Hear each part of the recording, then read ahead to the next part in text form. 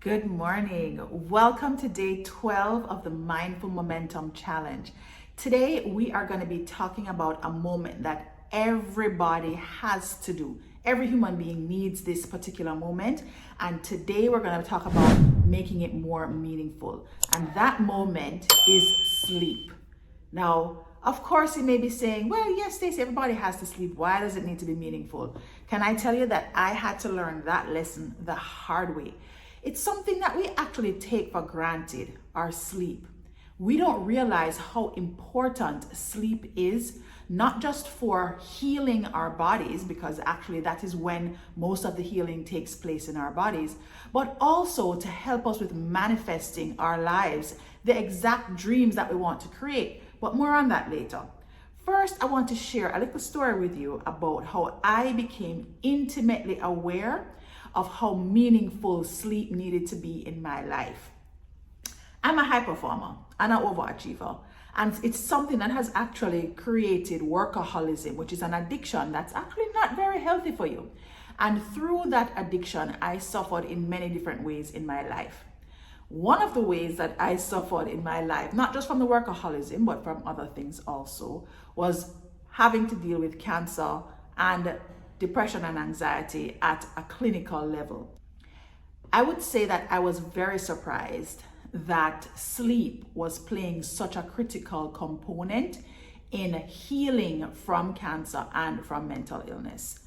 When I was sick, I was still working really hard. And I think for most persons, if you are able to keep working because you feel you have people depending on you, especially when you have children, you're going to keep going, you're going to keep churning, you're going to show up at work and do that work. That was something that was okay to do, except that I wasn't getting enough sleep. I was averaging probably about 4 hours a night thinking, yeah, I'm getting sleep. And when I sat in front of that psychiatrist who was telling me about all the things I needed to do to become mentally well, sleep was one of the things that was on the top of the list.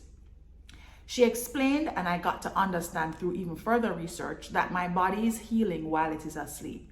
And so having done and needing to do even more surgeries, I was not giving my body enough time to recover and recuperate, therefore slowing down my healing process.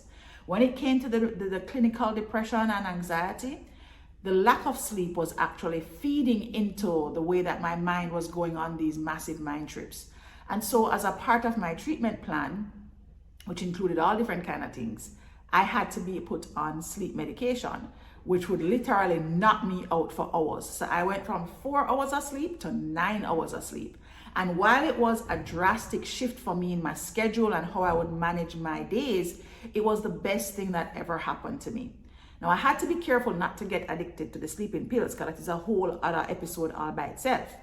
So what I ended up doing was doing research on different practices that I could do to help myself to stay attuned to the healthy habits of sleep. So sleep became a meaningful, life-saving moment. Fast forward a few years after I had gone through all of that wellness process, I ended up finding Dr. Michael Breus through the Mind Valley app, and I did his course on sleep wellness.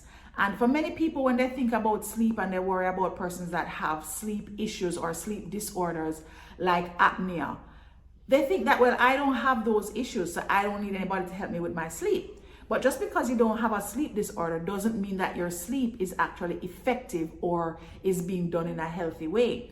And by doing the Michael Breus course, it actually helped me to understand a bit more about sleep and what effective sleep looks like. When I did the course, one of the things that I thought was really cool, which is what I'm sharing with you today, is I learned what my sleep chronotype was.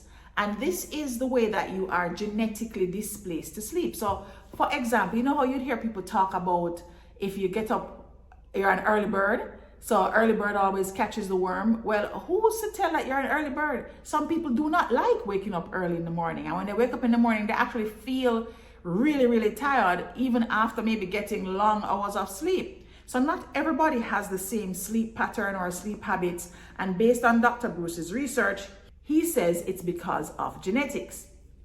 So I decided to do his little quiz that he had, where you can take this very simple quiz and it helps to identify your chronotype. And when I did the quiz, my chronotype was a bear. So there are 4 chronotypes. They're all animals.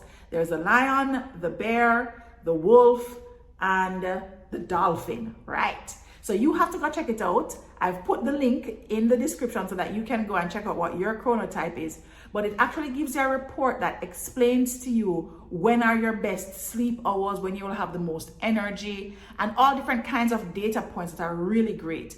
I think, guys, if you do nothing else in this challenge, you want to do this. Trust me, it is going to make such a difference in how you approach your sleep and how you approach manifestation. What exactly does sleep have to do with manifestation? You may think nothing at all. I don't know if people actually talk about the interconnectivity between your rest and your sleep time with your manifestation and getting the desires of your heart, those dreams that you're trying to create. But there's a direct correlation. First and foremost, your sleep allows you to rest and to heal. If you are not healthy, guess what? You won't be alive to enjoy the magical life that you're creating. Or even if you're alive, you're going to be at the doctor all the time, which makes it very difficult to enjoy all of this hard work that you have put forward. Second thing, did you know that some of those mindfulness practices are best done like right when you are coming into a waking state? And if you get good rest, your mind is able to be clear and to focus and channel your mental energy in the direction that you want to focus, so that you can focus on the thoughts and think about the things that you want to manifest. Do the visualization exercises without getting pulled into all these negative mind traps. So you see, sleep does link and correlate to how you manifest and how you're able to experience the things that you are manifesting in your life.